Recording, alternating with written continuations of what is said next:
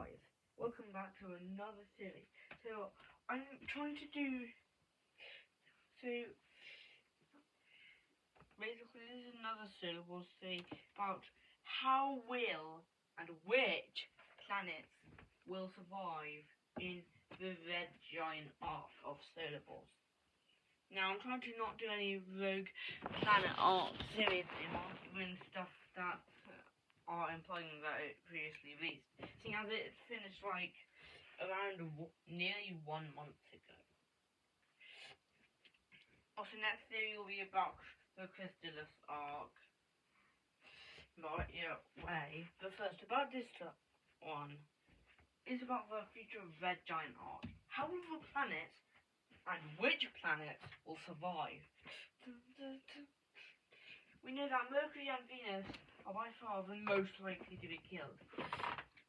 Some theories suggest Earth won't be consumed by the sun in real life, some theories don't. But for this one, I'm just going to say that Earth gets consumed, seeing as most theories about real life suggest that Earth will be consumed. And Solarballs is basically the most realistic to real life we've got. Obviously, it's a cartoon, pretty much, or at least it's a series about planets, which would have the planets, moons, stars, and other people, like maybe even black holes, sentient.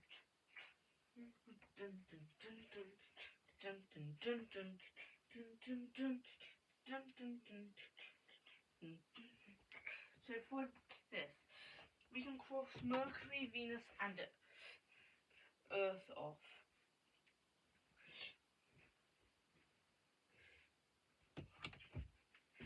And also, I'll count the planets that either get consumed by the sun, or I'll count getting consumed by the sun, counting as not surviving, which is kind of the same with if the planet leaves the solar system when the sun starts consuming planets. And I said start consuming planets, because it's quite obvious that all of the planets will leave the star system after the planets are consumed. So I mean, when the planets have been consumed. So we know that Mercury, Venus, and Earth will definitely be eaten. But then Earth will already be a lava planet. We may also not see Asteroid Dude ever again if the show continues after this. But we still need to see lots of future events that will happen. Like, we need to see Earth's life starting to die. We need to see Jupiter's great export disappear and Saturn's rings disappear. We know that the red giant arc will be happening in the far future, around 2028 or 2029.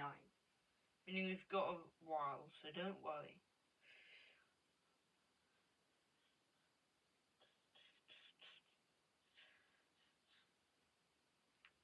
So, and then the moon, obviously, the moon would have probably left the solar system by then, or at least crossed the asteroid belt. But the thing, as I said, left the solar system during the time planets are being consumed, and that means the moon survives the red giant arc. That means. I don't know if the moon would fully leave the solar system until the sun is done being a red giant and turns into a white dwarf.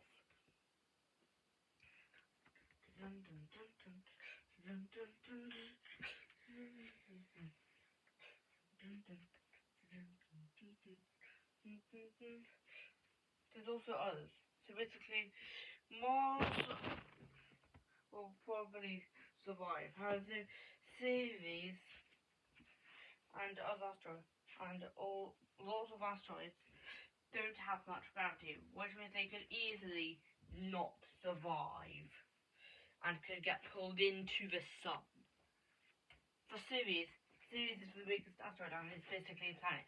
So Ceres might be the only asteroid, I assume asteroid belt that survives. The Kuiper, all the asteroids in the Kuiper belt are too far away from the sun to be pulled into the sun, and the sun's gravity doesn't affect them as much, seeing as suns would be too far away to consume them. And the sun turning into a giant would probably only reach around halfway to Earth's orbit, but after Venus's orbit. Well, that's a theory for me. And then the sun would turn into a white dwarf. Mars, Jupiter, Saturn, and then Mars, Jupiter, and Saturn would be pushed out of the solar system after that. We can tell that Uranus and Neptune won't survive. If anything, sun's gravity might make Neptune get thrown out of the solar system, like literally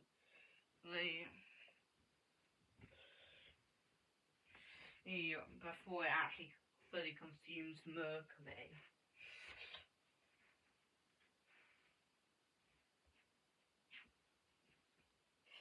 But for this, I think that Solarballs could easily actually put the weight in the universe out in the same universe as the normal universe, where it will show the sneak peek we got previously in One Monster Run episode 1. And then the sun's face will slowly turn into a awakened face, and the sun will eat Mercury, Venus, and Earth. Obviously, when it turns into white, before it actually turns into a white dwarf, it'd be chasing the other planets until eventually it turns into a white dwarf.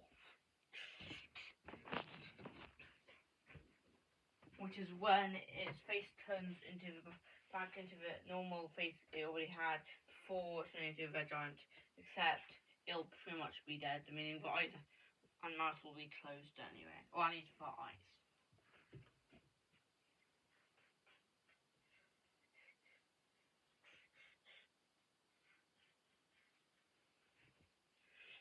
So we can easily see that Mercury, Venus, Earth, Uranus, and Neptune won't survive. Neptune's gravity could make Pluto and Charon and all other dwarf planets not survive by pulling them and turning them into Neptune's moons because of Neptune's gravity, meaning all dwarf planets would not survive either, depending on when they do get by Neptune's gravity. I think I've Sedna, Gong Gong, Quora, and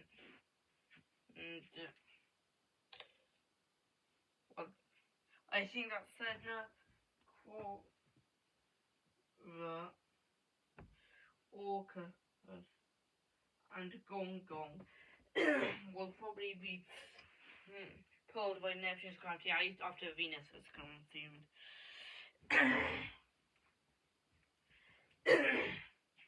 So really, it is most likely that they will still count as surviving, seeing as the sun wouldn't have been consuming any planet by then. I said when consuming a planet, not just after it consumed a planet.